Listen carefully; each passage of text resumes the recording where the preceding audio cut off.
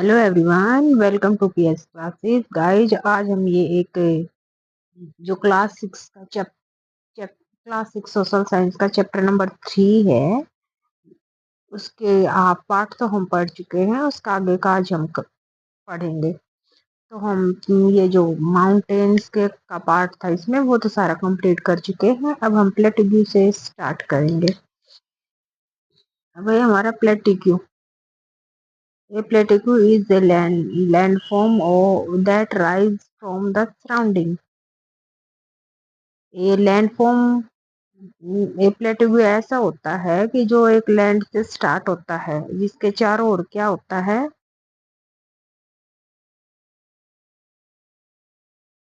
उसके चारों ओर बहुत सारा सरफेस होता है।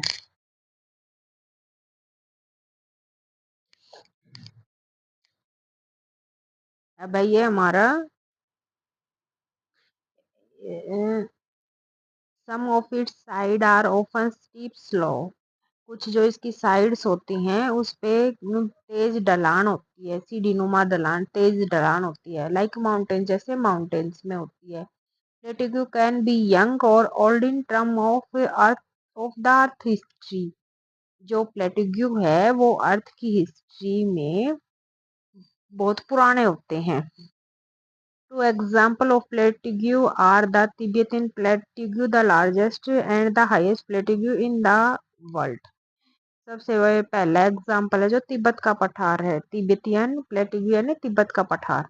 यह क्या है? यह सबसे बड़ा है और सबसे ऊंचा भी है। कहाँ? पूरे वर्ल्ड में। एंड द दक्कन प्लेटिग्यू, और ये जो दक्कन का पठार है, the height of plateau can vary from a few hundred meters to several thousand metres.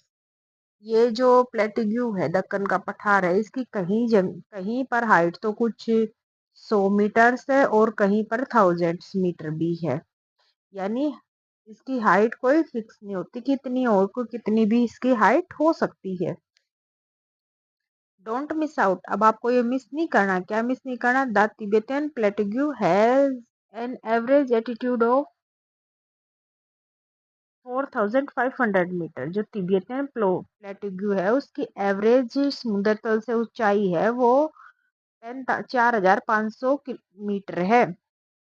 Which explain why it has been nicknamed the roof of the world. और इसीलिए जो इसकी ऊंचाई ज्यादा है, इसीलिए इसको यह जो संसार की छत, रूफ ऑफ द वर्ल्ड यानी संसार की छत के नाम से भी इसको निकनेम दिया गया है, इसका दूसरा नाम दिया गया है। फ्रॉम ईस्ट टू वेस्ट, जब हम ईस्ट से वेस्ट की तरफ चलते हैं, it is nearly 2500 kilometre long.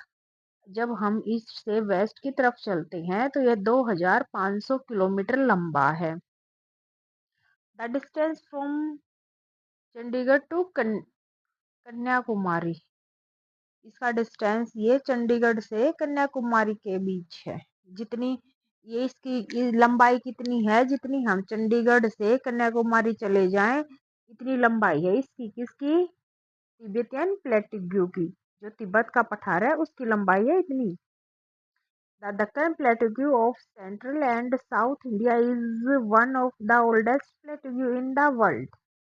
जो दक्कन का प्लेट्यू है वो सेंट्रल यानी बीच में है। कहाँ है बीच में? And south India is one of the old, और यह साउथ इंडिया का यानी दक्षिणी भारत का सबसे पुराना प्लेट्यू है। पूरे वर्ल्ड का सबसे पुराना प्लेट्यू कौन सा है? दक्कन प्लेट्यू।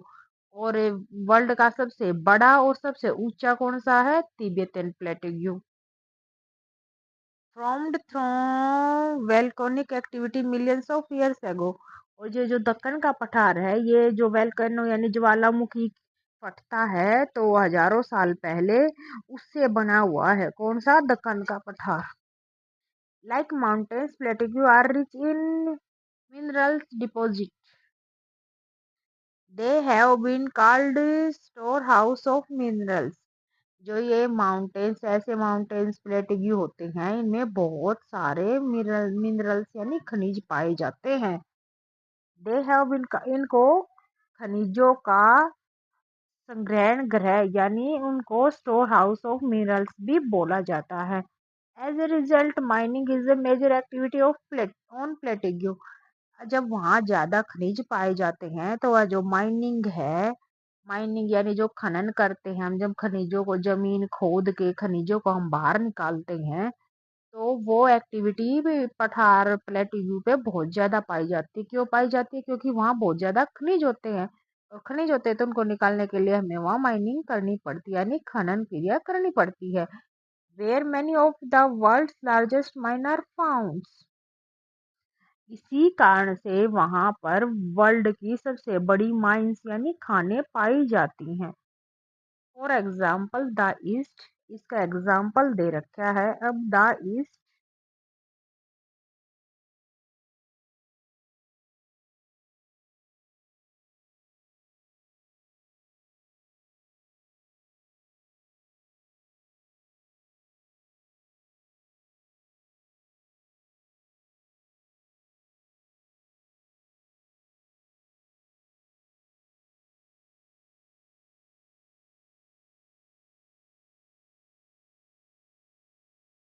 अब ये दे दिया वही। African plateau is famous for gold. जो ईस्ट अफ्रीका यानी जो पूर्वी अफ्रीका का जो ये है प्लेट्यू है, जो पठार है, वो फेमस किसके लिए फेमस है? गोल्ड के लिए एंड डायमंड माइनिंग। और वहाँ गोल्ड यानी सोना और डायमंड यानी हीरे की खाने पाई जाती। कहाँ पाई जाती? जो एक ईस्ट यानी पूर्वी अफ्रीका का जो पठार है, वहाँ पर गोल्ड और डायमंड की खाने पाई जाती हैं। इन इंडिया, हमारे इंडिया में huge reservation of iron coal and manganese are found in Chota Nagpur plateau. तो हमारा जो इंडिया में भी है, जो बहुत बड़ी मात्रा में आयरन, लोहा, कोयल यानी कोयला और मैग्नीज पाए जाते हैं छोटा नागपुर के पठार में। The plateau environment is very diverse across the world. जो प्लेटिग्यू का इन्वायरमेंट है वो बहुत अलग अलग होता है, पूरे वर्ल्ड में डाइवर्स होता है, अलग अलग अक्रॉस पूरे वर्ल्ड में इनका इन्वायरमेंट अलग अलग होता है। Many plateau have a rocky soil which make them less fertile than plains। कुछ ऐसे प्लेटिग्यू हैं, कुछ ऐसे पठार है जहाँ पर रोकी चट्टाने पाई, रोकी सोल्ट यानी पर्वतीय मिट्टी पाई जाती है। पर्वतीय मिट्टी कैसी? जहाँ कंकड़ पत्थर ऐसी ऐसी मिट्टी पाई जाती है। और वो मिट्टी क्या करती है?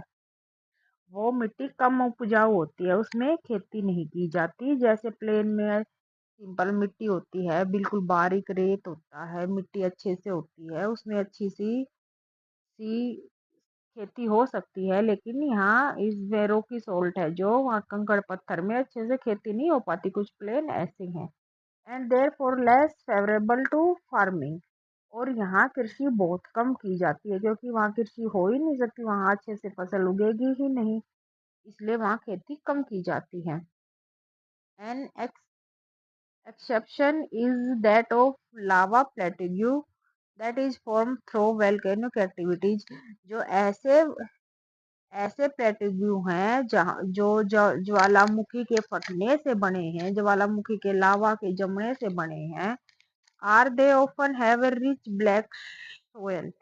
वहां पर बहुत अच्छी काली मिट्टी पाई जाती है। कहाँ पाई जाती है? ऐसे पठार जहाँ पर ज्वालामुखी फटते हैं, वहां पर ऐसी काली मिट्टी पाई जाती है। और काली मिट्टी में हमारी कपास की खेती बहुत अच्छी होती है। Plateaus are also home to many spectacular waterfalls। जो प्लेट्यू हैं वहां पर बहुत अच्छे झरने भी पाए जाते हैं। वाटरफॉल्स यानी झरने पाए जाते। देखिए नीचे पिक्चर्स में झरना दिखा रखा है, ऐसे झरने पाए जाते हैं। The Victoria fall on Zambezi river in southern Africa. जो ये विक्टोरिया फॉल है, जो विक्टोरिया जलप्रपात है, ये जिम्बेजी नदी में पर पाया जाता है, और ये साउथ अफ्रीका में पाया जाता है, और ये भी प्लेटिग्यू में ही पाया जाता है। The Hundru falls on Swarnarekha river in the Chhota Nagpur प्लेटिग्यू। जो ये हुंड्रू फॉल्स है, ये जो हुंड्रू जलप्रपात है, ये भी स्वर्णरेखा नदी पे पाया जाता है और ये छोटा नागपुर के पठार में पाया जाता है। The and the Jog fall on the Sharavati river in the western घाट are a few such waterfalls. जो ये जोग फॉल है, जोग जलप्रपात है, ये शरावती नदी पे पाया जाता है और ये पश्चिमी घाट में पाया जाता है। ये ऐसे कुछ वाटरफॉल्स यानी जलप्रपात के उदाहरण दे रखे हैं। जलप्रपात ये होता है कि जब बहुत ही ऊंचाई से पानी नीचे गिरे, जैसे इस पिक्चर्स में दिखा रखा है, तो ऐसे गिरे तो उसको वाटरफॉल्स बोलते हैं। ये 3 नाम दे रखे हैं, ये वाटरफॉल्स के एग्जाम्पल है कुछ। अब ये the Nohkalikai falls drop down 340 meters from Cherrapunji plateau in Meghalaya. ये जो नोहारक्ली है, ये हमारे इसमें पाया जाता है, फॉल्स पाया जाता है। यहाँ पर 340 मीटर ऊंचाई से पानी नीचे गिरता है। ये कहाँ पाया जाता है? ये चेरापूंजी प्लेट्यू मेघालय में पाया जाता है। अब ये देखो, हमारा ये वाटरफॉल दिखा दिया है, ऐसे इतने ऊपर से ऐसे नीचे पानी गिरता है, इसको हम वाटरफॉल बोलते हैं। और ये कहाँ का की पिक्चर है? द नोहारक्ली फॉल्स की प्लेट जो चेरापूंजी प्लेटिव्यू में है, उसकी तस्वीर है ये। अब हमारा है प्लेन्स। अब इस साइड में दे रखा है ग्रीन में जो लिख रखा है sea level, the average level of surface the ocean also called mean sea level. यानी वही मैंने कल भी बताया था, एल्टीट्यूड लेवल बोल लो या सी लेवल बोल लो, ये सेम ही होता है। तो ये जो समुंदर के जो नीचे की गहराई होती है, उसमें जो वो होता है, उसको हम सी लेवल बोलते हैं। अब ये plains. Plains are landform that have an extensive flat और जनरली अनडुलेटेड सरफेस। जो प्लेन होते हैं, उनमें बहुत अच्छी मिट्टी पाई जाती है। That have an excessive flat, वे बहुत बड़े एरिया में बिल्कुल समतल होते हैं। और जनरली अनडुलेटेड सरफेस, यानी उनका सरफेस जनरली मतलब उबड़ खाबड़ नहीं होता, जनरली बहुत अच्छा सरफेस होता है। They do not have any large hills, वहां पर बहुत ऊंची पहाड़ियां भी नहीं होती, और डीप वैलीज, और नीचे गहरी घाटियां भी नहीं होती, यानी उनका लेवल लगभग सेम सा ही होता है। They are generally not more than 300 metres above sea level. ये जो प्लेन्स होते हैं, वो सी लेवल से 300 मीटर ऊंचाई पे होते हैं।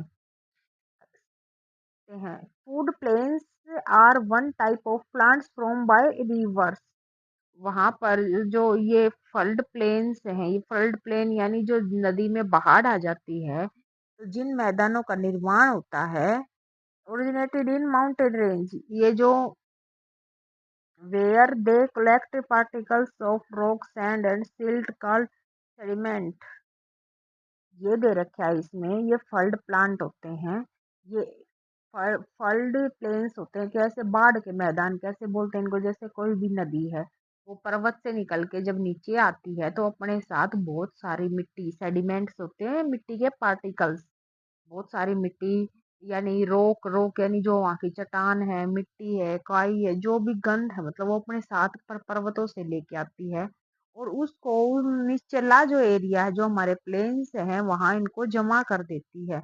जमा कैसे करती है? जब वो मिट्टी वो ऊपर से आती है, तो वो ढलान से आती है, वो बहुत तेजी से आती है। और जब वो हमारे प्लेन के समतल एरिया में जब कोई भी नदी बहती है, तो वो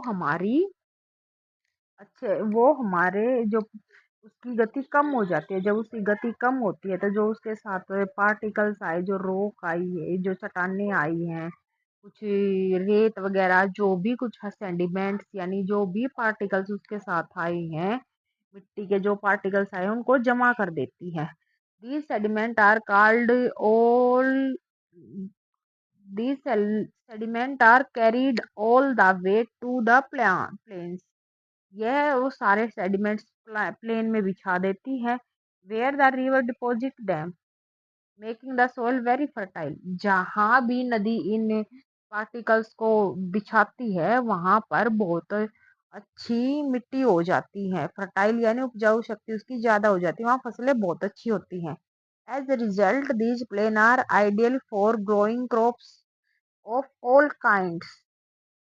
ये ऐसी मिट्टी हो जाती है यहाँ पर बहुत अच्छी फसलें, कोई भी फसलें उगा लो वो बहुत अच्छी होती है, ये मिट्टी ऐसी हो जाती है। फिर है ये as a result these plain are, ये तो मैंने पढ़ा दिया। And agriculture is a major economic occupation in this landform. और जहाँ पर ये मिट्टी बिछाई जाती है वहां पर बहुत अच्छी उपजाऊ शक्ति हो जाती है, वहाँ हर फसल होती है, तो वहाँ कृषि सबसे अधिक इकोनॉमिक यानी आर्थिक तौर पे व्यवसाय अपनाया जाता है, वो कृषि ही अपनाया जाता है। कहाँ? प्लेन्स में। Plain also support a variety of flora and fauna. जो प्लेन है, प्लेन में बहुत अच्छे पेड़ होते हैं और बहुत अच्छे पौधे पाए जाते हैं। अब देखिए ये जो मैप दे रखा है इसमें हमारे दिखाया गया है, जो अलास्का में है ये रॉकी सॉल्ट भी दिखाए गए हैं, फिर ये मिसिसिपी में ये घास के ग्रीन ग्रीन से ये घास के वे दिखाए गए हैं, इधर ये अमेजोन में ये ग्रीन से दिखाया गया है, और जो एंडीज पर्वत है इसको ब्राउन से दिखाया गया है, और फिर नीचे देखिए ये पेंटागन की हिल्स दिखाई गई है, इधर नीचे पेंटागोनियन का पठार दिखाया गया है, ये ऊपर यूराल पर्वत दिखाया गया है, इधर साइड में जो ये अफ्रीका महाद्वीप है हमारा इसमें एटलस इधर दिखाया गया है, और ये नीचे नील नदी में ये ईस्टर्न अफ्रीका में ये ईस्टर्न का ये पठार दिखाया गया है, फिर इसके साथ में ये नील नदी के यहाँ जो ये ग्रीन में ये दिखाया गया है, ये ऊपर फिर ये मंगोलिया का जो पठार दिखाया गया ब्राउन ब्राउन से, फिर तिब्बतन पठार दिखाया गया, फिर ये हमारे जो इंडस नदी है ये जो हमारे हिमालयन का एरिया है ये यांग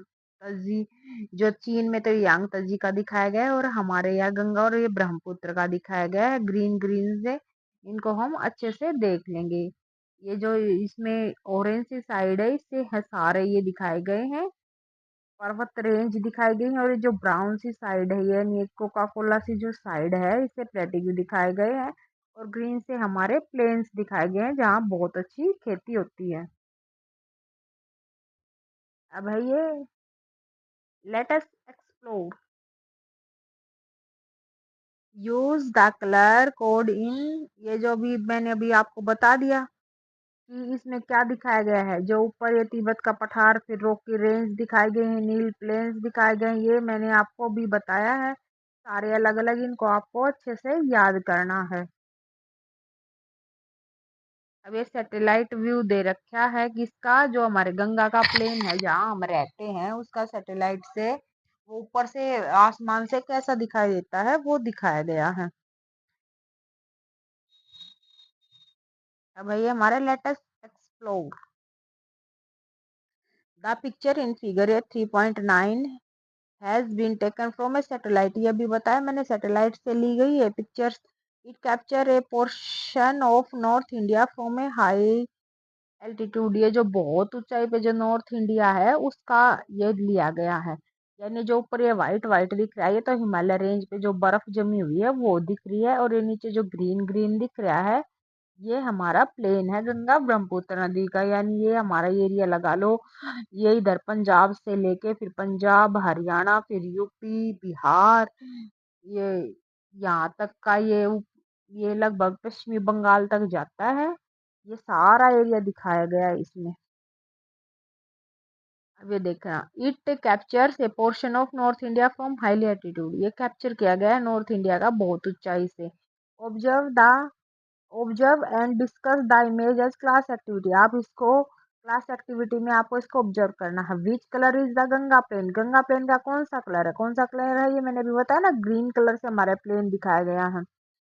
what does the white expense represent, ये व्हाइट एक्सपेंस क्या रिप्रेजेंट करे, अभी मैंने आपको बताया कि ये हिमालय पे जमी हुई बर्फ दिखाई दे रही है व्हाइट व्हाइट में। But does the brown expense at the bottom left of image present, ये जो नीचे जो व्हाइट और ग्रीन के बीच में ये है, जो बीच में जो ब्राउन ब्राउन है, ये हमारा कम हिली एरिया है, यानी यहाँ पे बर्फ भी नहीं जमती और यहाँ कृषि भी नहीं होती, ये ऐसा एरिया है। लाइफ इन द प्लेन्स, अब ये बता रखा है कि कैसी लाइफ होती है प्लेन्स में, मैदानों में।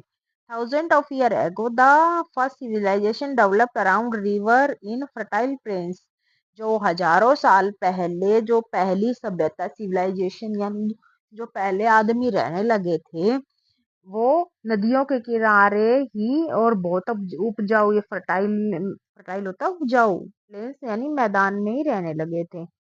इन our times to A large part of the world's population live in plains, और आज के टाइम में भी जो हमारी जनसंख्या का सबसे बड़ा हिस्सा है वो प्लेन्स में ही रहता है, मैदानों में ही रहता है। About 40 crore people, more than one fourth of the total Indian population, live in India's Ganga plain, often called Gangetic plain, जो हमारी जनसंख्या के 40 करोड़ आदमी हैं,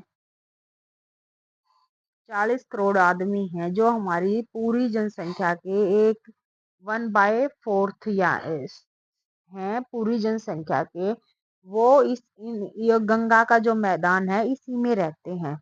इसको हम गंगेटिक प्लेन यानी गंगा नदी का मैदान भी कहते हैं। As with many other plains of them world, the major occupation of people in the region include river fishing और agriculture। ये जो हमारे प्लेन्स हैं, ये बहुत पूरे जो वर्ल्ड के भी प्लेन हैं जितने भी, इनमें सब में सबसे ज्यादा जनसंख्या प्लेन्स में ही रहती है। क्यों रहती है? यहाँ पर बहुत एक्टिविटी, या रिवर जो नदियाँ बहती हैं उनमें फिशिंग यानी मछलियाँ पकड़ी जा सकती हैं, और एग्रीकल्चर यानी कृषि की जा सकती है। World crop such as rice, wheat, maize, barley, mills are grown। ये फूड क्रॉप्स दे रखी हैं, जो खाने योग्य फसलें हैं, ये बहुत सारी यहाँ होती हैं। कोई सी कौन कौन सी होती है? राइस, व्हीट, मेज, बार्ले और मिल्ट्स होते हैं। मिल्ट्स होते हैं मोटे अनाज, माजा होते हैं मक्का, और बार्ले होती है बाजरा, और व्हीट गेहूं, राइस चावल, ये सब कुछ ये फसलें खाने योग्य यहाँ उगाई जाती हैं। Fibre crops such as cotton, jute and hemp are also known in the Gangetic plain. Sorry भाई, ये जो फाइबर के की जो रेशेदार फसलें हैं, वो भी कॉटन हो गया, जूट हो गया, हेम्प हो गया, ये भी गंगा के मैदान में उगाई जाती हैं। Traditional agriculture has been mostly rain field, जो यहाँ पर जो मोस्टली परंपरा है जो फसलें उगाने की है, वो सबसे ज्यादा यहाँ सबसे ज्यादा ये फसलें वर्षा पे ही निर्भर करती हैं, यहाँ पर वर्षा अच्छी होती है। In recent dedicates however agriculture has turned to irrigation with water brought to the field through network of canals or pumped from underground water। लेकिन ऐसा नहीं है कि ये सिर्फ रेनफॉल पे ही उगाई जाती हैं। इनके लिए यहाँ पर नहरें भी बिछाई गई, जो नदियां बहती हैं उनमें से नहरें निकाल के और खेतों तक सिंचाई का पानी पहुंचाया गया है। और यहाँ पर ये जो पंप्ड वाटर है अंडरग्राउंड, यानी जैसे ट्यूबवेल वगैरह लगा के, और जो धरती का पानी है उसको बाहर निकाल के उससे भी सिंचाई की जाती है। While irrigation has increased agriculture production, जब जो हमें जो ये किया है, हमने क्या किया, जो सिंचाई के साधन किए, जैसे नहरों से पानी दिया है, ट्यूबवेल से नीचे अंडरग्राउंड से पानी निकाला गया है, तो वो जो हम ऊपर निकालते हैं, तो उससे भी फसलें जो कृषि की फसलें हैं उत्पादकता है वो बढ़ी है। It has also contributed to depletion और डिक्रीज ऑफ अंडरग्राउंड वाटर।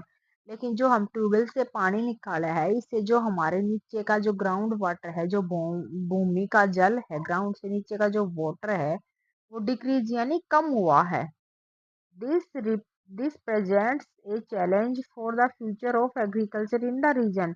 और ये जो पानी नीचे का जो धरती का पानी कम हुआ है, इससे ये लगता है कि हम फ्यूचर में कृषि कैसे कर पाएंगे। ये हमारे लिए चैलेंज है, एक चुनौती बनी हुई है कि आगे, अब तो हम इसको यूज कर रहे हैं, ये घट रहा है, लेकिन आगे फ्यूचर में हम इसको कैसे कर पाएंगे। Some of other problem affected the Ganga plains include high population and pollution।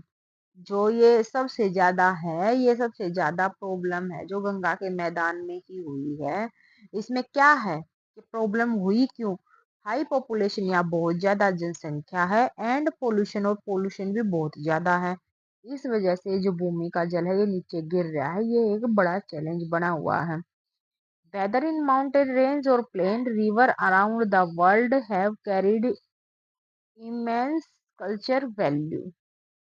जो माउंटेन रेंज और प्लेन है, उसमें नदी के जो चारों ओर अराउंड है, चारों ओर है, वहाँ बहुत अच्छी कल्चर यानी वहाँ वहाँ अच्छे से आदमी रहते हैं, और वो अलग अलग कल्चरल सांस्कृतिक वैल्यू रखते हैं अपनी अपनी। इन particular many communities have considered a river source or and its conflation confluence with one or two other river to be scared। इसमें ये बताया गया है कि बहुत सारी चीजें हैं, जो मैंने बहुत सारी कम्युनिटी यानी समुदाय हैं, वो जो नदी के सोर्स हैं, जो नदी से चीजें मिलती हैं, उन पे डिपेंड रहते हैं। और ये ऐसी नदियों पे, ये नदियों के आसपास रहते हैं जहाँ जैसे एक नदी, दो नदी आई है, वो एक एक मिल के एक नदी बना दी, ऐसी जगह भी रहते हैं। लेकिन वहां डर रहता है, वहां डर की other two river to be second. Second क्यों डरते हैं वो? क्योंकि कहीं नदियों में बाढ़ आ जाए और हम परेशान हो जाएं। Because plain have a gentle slope. क्योंकि जो मैदान होते हैं उसमें एक सामान्य ढलान होती है, ज्यादा ढलान नहीं होती। River navigation is easy and support a lot of economic activities. यहाँ पे जो नदी का बहना है वो बहुत इजी होता है, और यहाँ पे वो जो इकोनॉमिक एक्टिविटी है, जो इकोनॉमिक यानी धन से रिलेटेड जो भी एक्टिविटी, जैसे हम इसमें नदी से मछलियाँ पकड़ सकते हैं, नदी के पानी से नहरें बना के खेतों में सिंचाई कर सकते हैं, नदी के पानी को हम पीने में फिल्टर वगैरह करके पीने में भी यूज कर सकते हैं, इसको हम घरों में भी अपने डेली यूज में यूज कर सकते थे। ये एक्टिविटीज अच्छे से हो जाती हैं। इन अर्ली डेज, बहुत बहुत मतलब अभी आसपास के ही दिनों में, people also use river expensively to travel from one place to another place. आजकल आदमी क्या करने लगे हैं, रिवर का यूज करते हैं एक स्थान से दूसरे स्थान पर जाने के लिए। इवन टुडे, आज भी, there are stretches along the Ganga where people prefer to use boats to move around। अब ये गंगा नदी है, जो इसमें आदमी क्या करते हैं, इधर उधर जाने के लिए बोट का यानी नाव का यूज करते हैं, नाव में बैठ के इधर से उधर जाते हैं। भाई लेट, ये है हमारा इधर ग्रीन में जो दे रखा है कन्फ्लुएंस। ये है the meeting point of two और मोर रिवर्स। ये एक ऐसा पॉइंट है जहाँ पे बहुत दो और दो से ज्यादा रिवर मिलती है। जैसे हमारे प्रयागराज है, प्रयागराज में क्या होता है, जो हमारी यमुना नदी है वो गंगा नदी में मिल जाती है, तो वो कन्फ्लुएंस पॉइंट है। Can you give example of river source और confluence from your region that are regarded sacred by any community. अब यही बताया गया है कि इसके एग्जाम्पल बताने, भी मैंने बताया गंगा रिवर और प्रयागराज वाला, यही इसका आंसर है। Visit a nearby river and observe all activities there. आपको किसी भी रिवर के आसपास जाना है और वहाँ ये देखना कि वहाँ क्या क्या एक्टिविटी हो रही है। वेयर इकोनॉमिक और कल्चर, जो कौन सी ऐसी हैं जिनसे इकोनॉमिक यानी पैसा मिल रहा है, कौन सी ऐसी हैं जो सांस्कृतिक है, जो कल्चर के हिसाब से है, वहाँ की कल्चर बन गई है। Note them down and discuss with your classmate. आप उन सबको आपको नोट डाउन करना है और अपने क्लास के जो बच्चे हैं उनसे डिस्कस करना है। अब ये name some popular tourist destination in India, identify the category of landform they are associated with.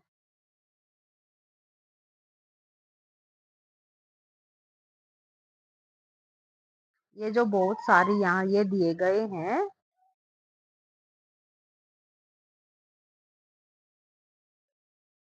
ये बहुत सारे ऐसे टूरिस्ट के प्लेस दिए गए हैं, इन पे आपको ये बताना है कि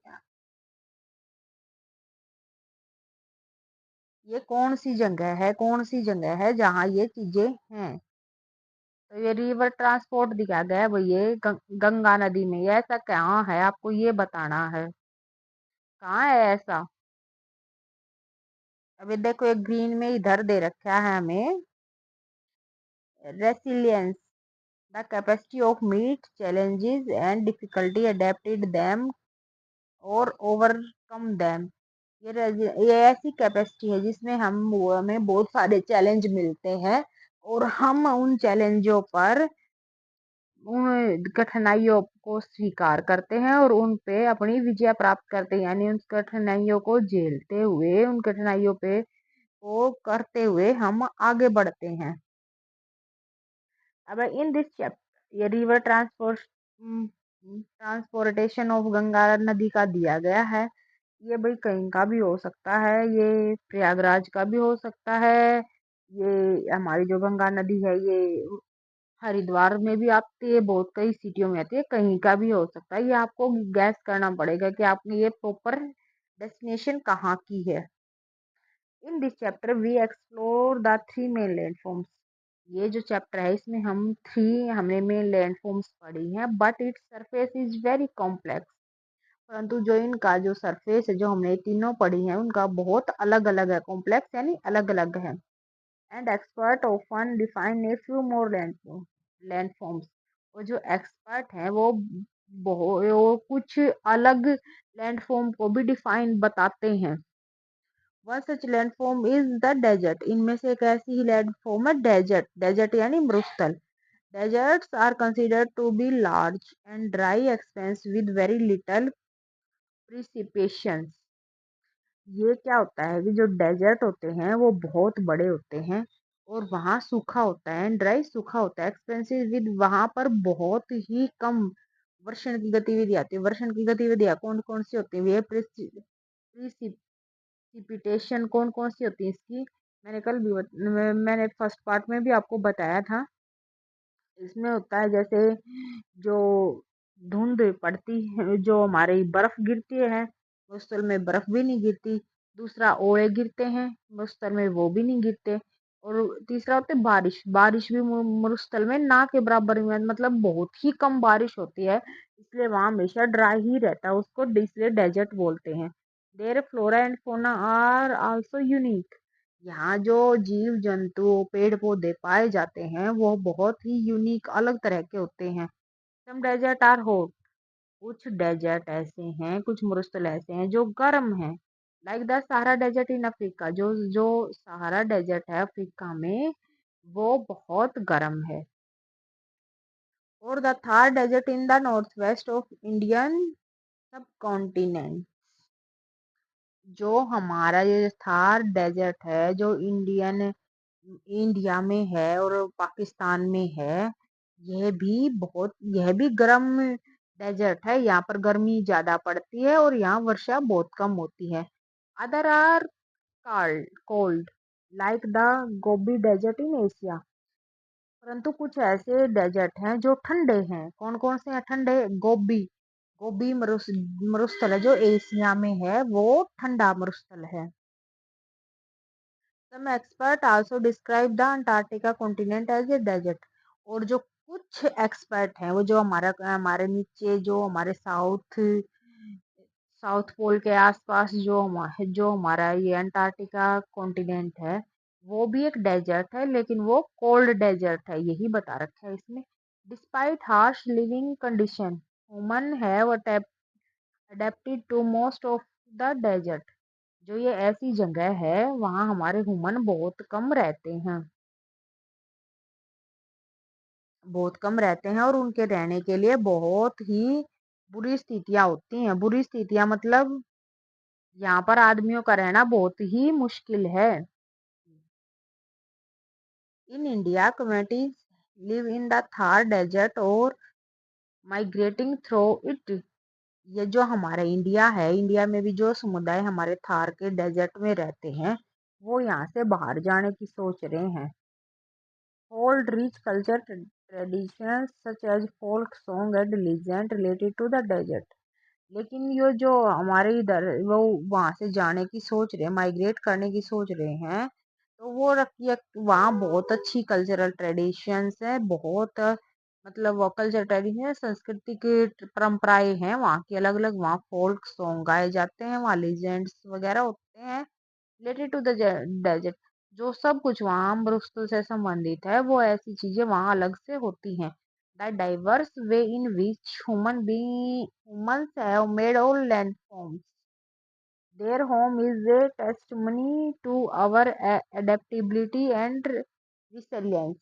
ये अभी मैंने बताया जो वहाँ पर डाइवर्सिटी या जो अलग अलग तरीके हैं वहाँ पर आदमियों के रहने के, हर एक लैंड फॉर्म पे वो अलग अलग हैं, उनके होम्स भी अलग अलग हैं, वो किस तरह से अपनी प्रॉब्लम्स को फेस करते हैं और किस तरह से उन पे विजय प्राप्त करते हैं, यानी उन पे उनको प्रॉब्लम्स को हरा के वहां रहते हैं। अब ये दे रखा है भाई आगे, the five tinais of ancient Tamil Sangam poetry are five landscape associated with certain specific deities, lifestyles, moods, and emotions, such as love, longing, separation, cover, etc। ये जो एक ये पोएम दी गई है, ये तमिल की पोएम है और इसमें ये बताया गया है कि 5 इमोशंस, बहुत सारे इमोशंस होते हैं, बहुत सारी चीजें होती हैं जैसे जिनसे आदमी रहता है, जैसे लव है, प्यार है, लॉन्गिंग यानी जो दूर रहते हैं, अलग रहते हैं, एक दूसरे से लड़ते झगड़ते हैं, वो अलग अलग इसकी चीजें होती हैं। This table only list the characteristic of the 5 landscape. इसमें जो 5 लैंडस्केप हैं उनकी सिर्फ गुण दिए गए हैं, करेक्टरिस्टिक्स दी गई हैं। And the main human occupation in reach, और ये दिया गया है कि यहाँ कौन से ऑक्यूपेशन रीच है, यहाँ पर क्यों कौन सी चीजें बहुत अच्छे से उगाई जाती हैं। तो ये जो तिनाई में ये दिया गया है वो ये अलग अलग नाम है इधर, और ये फिर लैंडस्केप दे गए हैं कि इनको क्या बोलते हैं। ये ऐसे ग्रास लैंड है, ये ऐसे है, ये मेन ऑक्यूपेशन इसमें, यानी देखो मेन तो हम ये तिनाई लैंग्वेज पढ़ने की बजाय हम ये पढ़ते हैं जो लैंडस्केप हमारे माउंटेनियस रिलीजियंस है, वहाँ हंटिंग और गैदरिंग होती है, वहाँ शिकार करते हैं और जो पेड़ पौधे होते हैं उनसे फल वगैरह एकत्रित करते हैं। फिर है ये हमारी ग्रास लैंड एंड फॉरेस्ट, इसमें हम क्या करते हैं कैटल रियरिंग, यानी हम पशु पालते हैं और उनका उनसे ही अपना गुजारा करते हैं। फर्टाइल एग्रीकल्चर प्रेम, यहाँ हम प्लेन्स, यहाँ हम फार्मिंग करते हैं यानी कृषि करते हैं। फिर है हमारा कोस्टल रीजन, ये कोस्टल रीजन ये होते हैं जो समुद्र के साथ साथ में जो भूमि होती है उसको कोस्टल रीजन्स बोलते हैं। वहां पर हम फिशिंग और सी फार्मिंग करते हैं। सी फार्मिंग यानी जो हमारे समुंदर में जो भी चीजें जीव जंतु पाए जाते हैं हम उनको निकालते हैं और उनको खाने पीने में उनका यूज करते हैं। फिर ये हमारा एरिड डेजर्ट लाइक रीजन, जो डेजर्ट के वो हैं, वहां हम क्या करते हैं जर्निंग एंड फाइटिंग, वहां हम इधर उधर घूमते हैं और लड़ाइयाँ वगैरह करते हैं। अब these 5 constituted different classification of landform, ये जो 5 ऐसे टेनिस कंस्टिट्यूट इसमें पोएम में दिए गए हैं उसमें बहुत अलग अलग लैंडफॉर्म के लिए अलग अलग चीजें दिखाई दी हैं, but they reflect a mean average awareness of the diverse region, ये हमारे डाइवर्स रीजन के लिए बहुत ही अलग अलग चीजें दिखा रहे हैं। They characteristic, they also illustrate to deep connection between humanity and natural environment. Sorry, ये जो हमारी ये दिखा रहे हैं, ये दिखा रहे हैं कि जो हमारे अलग अलग रीजन है वहां पर बहुत ज्यादा विविधता पाई जाती है, उनके अलग अलग गुण भी हैं। दे also illustrate the deep connection between humanity and natural environment, ये इसमें ये दिखा रखा है कि इनमें बहुत ही अच्छा कनेक्शन है, बहुत गहरा कनेक्शन है ह्यूमन के बीच में और नेचर के बीच में। You do not need to remember to detail of energy, but the concept they reflect need to be understood. अब ये इसमें यही बता दिया कि इसको सब ज्यादा याद करने की जरूरत नहीं है, ज्यादा याद करने की क्या जरूरत नहीं है, इसमें ये है भैया जो तिनाई लैंग्वेज में जो वर्ड मैंने आपको नहीं पढ़ाए हैं, ये तो आपको याद करने की जरूरत नहीं है, लेकिन जो लैंडस्केप और मैन ऑक्यूपेशंस दे रखे हैं, ये आप याद रख सकते हैं, इनमें से क्वेश्चन बन सकता है, क्वेश्चन आपके पेपर में भी आ सकता है। बिफोर वी मूव ऑन, अब ये हमारा ये दे दिया भाई आखिर में कि आपके जो आपने ये लेसन पढ़ा है उसमें आपने क्या क्या पढ़ा है।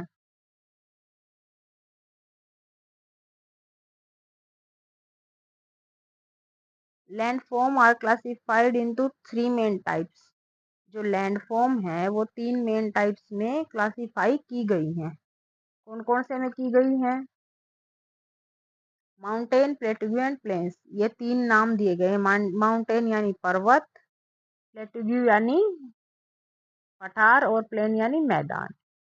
They have very different physical characteristic, ये जो तीनों चीजें दी गई हैं इनकी बहुत अलग अलग डिफरेंट अलग अलग फिजिकल यानी ऊंची नीची अलग अलग करेक्टरिस्टिक गुण है, और इनका एनवायरमेंट भी अलग अलग है। Throughout history peoples live and activity have much impacted by the type of landforms they have lived in। अब पहले हिस्ट्री में ये दिखाया गया है कि पीपल्स कैसे रहते थे, जैसे जो माउंटेन है वहां पर अलग तरह के पीपल अलग चीजें और रहती हैं, जो प्लेन्स में है वो अलग रहती हैं, जो प्लेटिग्यू है उनमें अलग अलग रहती हैं। हर किसी के रिचुअल्स, ये जो जो मान्यताएं हैं, सांस्कृतिक मान्यताएं हैं, रहन सहन है, खाना पीना है, कपड़े पहनने का तरीका, वो हर जगह अलग अलग है। These landform are integral part of culture across the world, ये अलग अलग कल्चर के अलग अलग पार्ट हैं ये landform. Indian culture in particular has celebrated them in diverse way, जो हमारी इंडिया कल्चर है ये जो अलग अलग पार्ट तीनों पार्ट दे रखे हैं, ये इसमें हमारे अलग अलग तरीके हैं, डाइवर्स वेज यानी अलग अलग तरीके से आदमी रहते हैं। Each landform offers different challenge as well as opportunity, जो हर एक लैंडफॉर्म है उसमें अलग अलग चैलेंज चुनौतियां हैं और अलग अलग अवसर भी हैं। अभी हमारे यहाँ आगे एनसीईआरटी सॉल्यूशन वगैरह आ गए हैं भाई, ये हम आगे फिर बाद में पढ़ेंगे नेक्स्ट पार्ट में। ये हमारा लेसन कंप्लीट हो गया है। आई होप आपको अच्छे से समझ आया होगा। Thank you guys, please like share and subscribe my channel.